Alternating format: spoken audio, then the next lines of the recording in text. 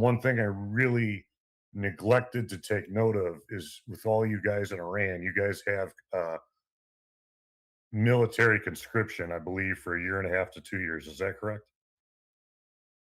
Sorry, I didn't hear your question. I think Sorry. all men in Iran from ages 18 and above have to, I believe, serve somewhere between a year and a half to 2 years in the military. Is that correct? Yes, it's especially just for men. Yes, exactly, especially just for men. So with that, my follow-up question is, do they train pretty much all of the males in basic rifle training and basic infantry tactics? In fact, it's not it's not 100% to count on this military education, because so many of the people who going through this military process, they do it not on the goodwill, so they don't have their complete focus on this military preparation, but at least some part of the people are already familiar with using a rifle or shooting with a rifle. But always keep that in mind, that if we have to be going to this war and winning this war, we need to be one step ahead of what they already thinking about us. No, true, I understand you there. So you and Armin probably both can rock a G3 or an AK a little bit, at least at the basic level, but yeah, more extensive tactical training in complements to what we've been talking about with you guys getting helps with drone warfare, not only the training, but the supply of drones, as well as, the good old small arms. But I was just curious what your guys' level of training was in context of this, because I thought you guys had more than I thought you had. So no insult to you. I was just curious on that. No, it's all right. But just for an example, we have a huge community of gamers already in Iran. I think I can uh, uh, say 7 out of the 10 people are already familiar with joysticks, and actually they can so early use a drone, or try to be a pilot of the drone, in contrary of using a gun. And another thing for me and for us right now is it's an advantage that skies of the occupied Iran already out of hand of IRGC. For example, if we have to fly a drone for a year ago, when the drone comes above about 10 to 15 meters, uh, uh, no matter of the technique or any equipment we are using, the drones will be jammed, and the drones will be disabled. But right now, as we already trying and training on this matter, there is so little jammers, and the skies are our new playground right now. Awesome. Awesome. No, that's good to hear. I mean, if I had the power and if I had the means, I would love to be your guys' procurer of some small arms here, or track two supplies, as these guys like to say. But I'm just curious, like if that done alone right now, how would that help your guys' cause in any way? I'm just curious for your perspective on that. I think the best way right now to arm the people of Iran is to arm them with information and communications, because after they have right communication, and they have access to pure information. For example, there is huge access to 3D printers right now in Iran, or there is huge access to electrical supplements in Iran, or batteries in Iran, that you can already create a PDF or create a do-it-yourself video to turn a printable piece to a gun. So I think if you arm people with knowledge and communication devices, they already can use their they have access to into a working weapon that's going to hit them directly and hit them very hard. Awesome. Yep. I'll probably follow up with you on this topic a little more. I don't want to take too much time away from our discussion, but the other big obstacle would be the ammunition logistics. Sure, you could take them from besieged and IRGC guys and the local police, raiding armories and that sort of thing, but that'll be a little more involved. Thank you so much, Petito, man. It was an honor to meet you. Appreciate the answers. You're more than welcome, Jim. Okay, Jeffrey has a response. Yeah, with regards to the preferred approach, I'll just say that, and this is open intelligence that hit just this morning, the drones that Ukrainians have developed over the past 2 months, even though, like, sure, you have guys that do first person view stuff, gamers and like filament stuff, they don't need those anymore. They just need to be in the general area. And producing them or upgrading the drones to be fully autonomous with machine vision's like $100. So just know that that shit's in the works. I mean, I'll be sending that up the chain.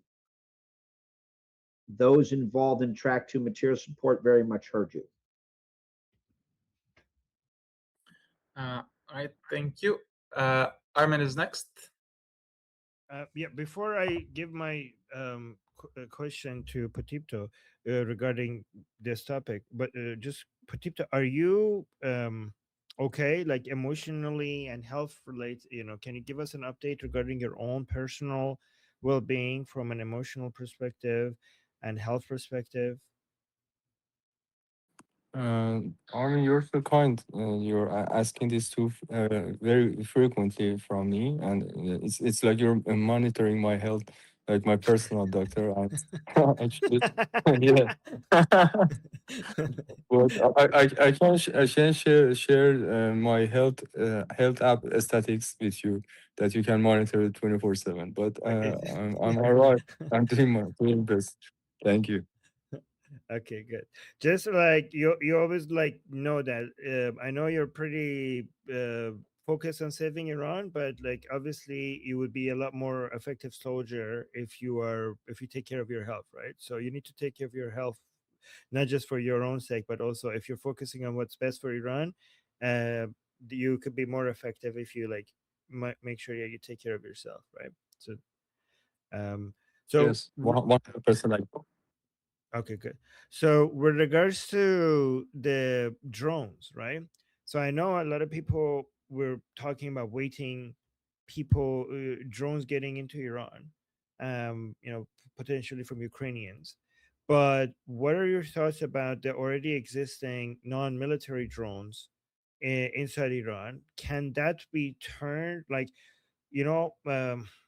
are there things that you could do to change that into an effective deadly weapon?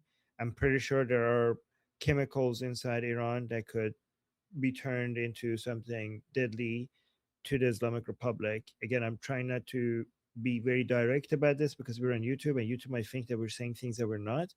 But could Iranians just basically use drones that are, I don't know, for entertainment, for recording, and just turn that into something you use some chemicals to make what I'm talking about, and then just connect them together and just turn them into deadly weapons? Is that possible?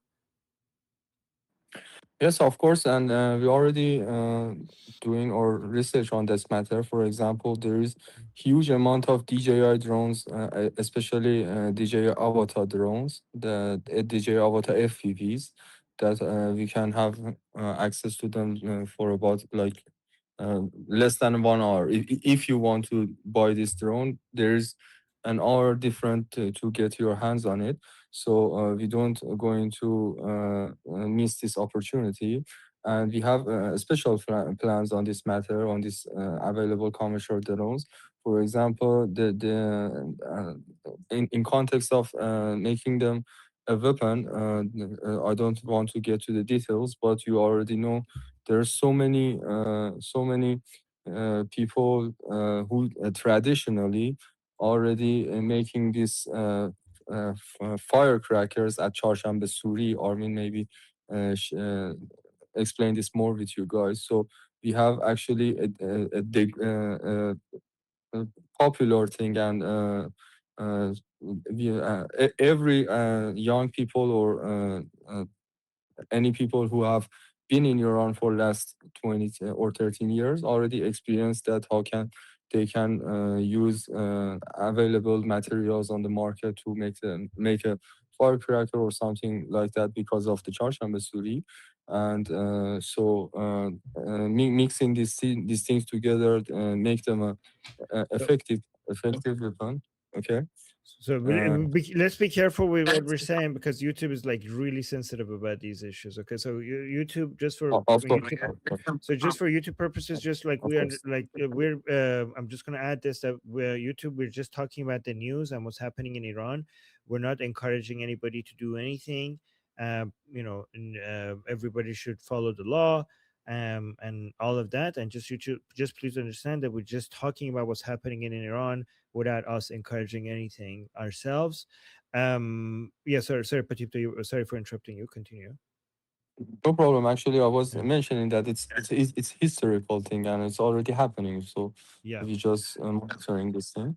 And Is there any concern? but Is there any concern that the DJI, these are Chinese drones, right? I've heard like a lot of the Chinese electronics have give information, to share too much information with the CCP, and obviously the CCP is connected with the Islamic Republic.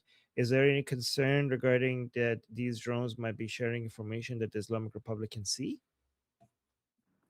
I mean, actually, on this topic, it's a very beautiful example of what IRGC are doing to control the situation, already backfiring to itself. Because if they want to transmit something to China, they have need to be access to free internet in Iran. So we already don't have free internet, so it's an advantage right now for us.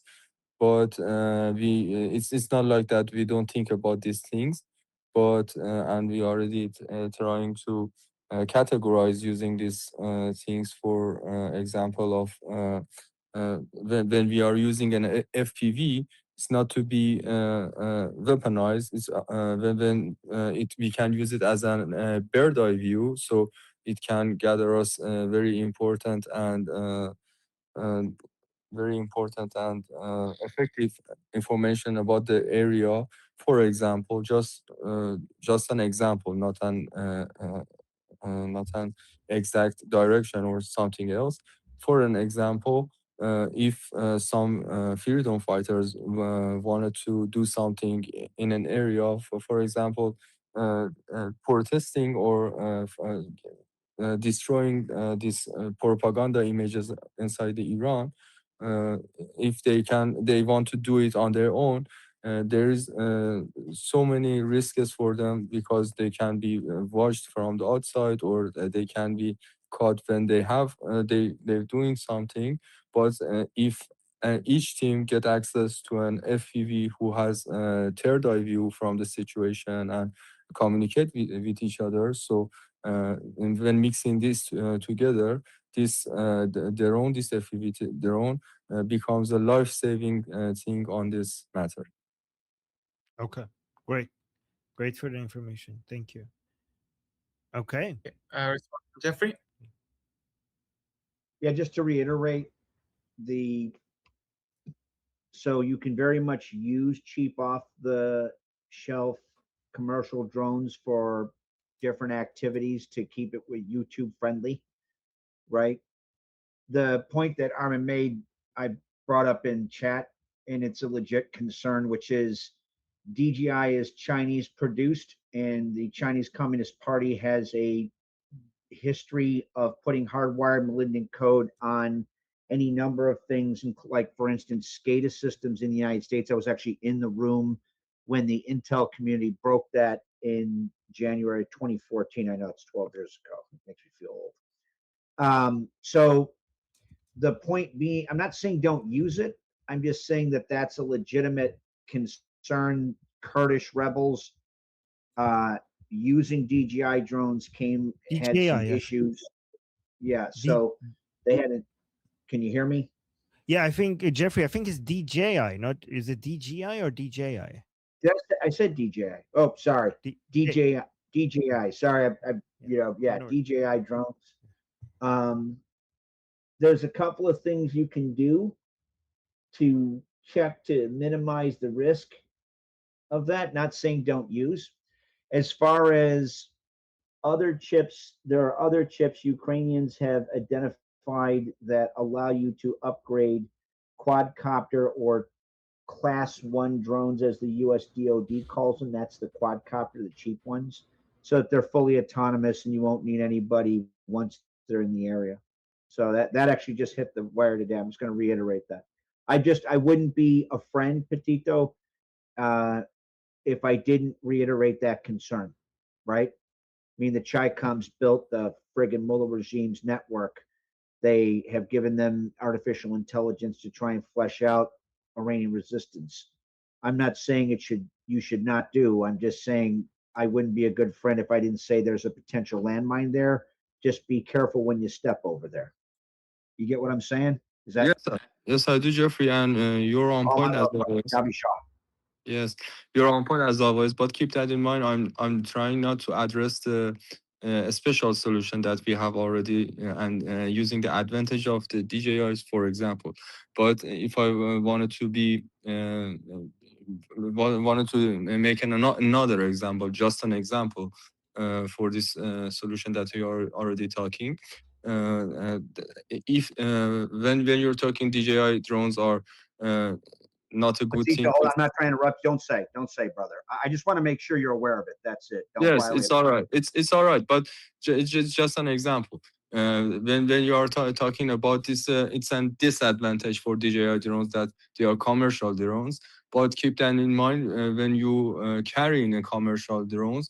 It's just an advantage for it because you are just using a commercial drone and you can make so many things, made of so many things about carrying it. But when they see another thing, it's going to be problematic for you. And actually, we're already working on a solution that just like what you already saying about autonomous flights. Sweet. Okay. I have just 2 words about that: autonomous and swarms. It's a final solution for us. My name is Armin Navabi. I'm an Iranian political analyst with decades of experience fighting the Islamic regime inside and outside of Iran. Make sure you follow me for more, and also make sure you join our discussion group. I'm there almost every single day. Come talk to me there and the rest of the people there in our group calls. It's a great place to meet and talk to people who like talking about politics. The link is in the description and or in the bio. You could also get there by scanning the QR code on the screen. See you there.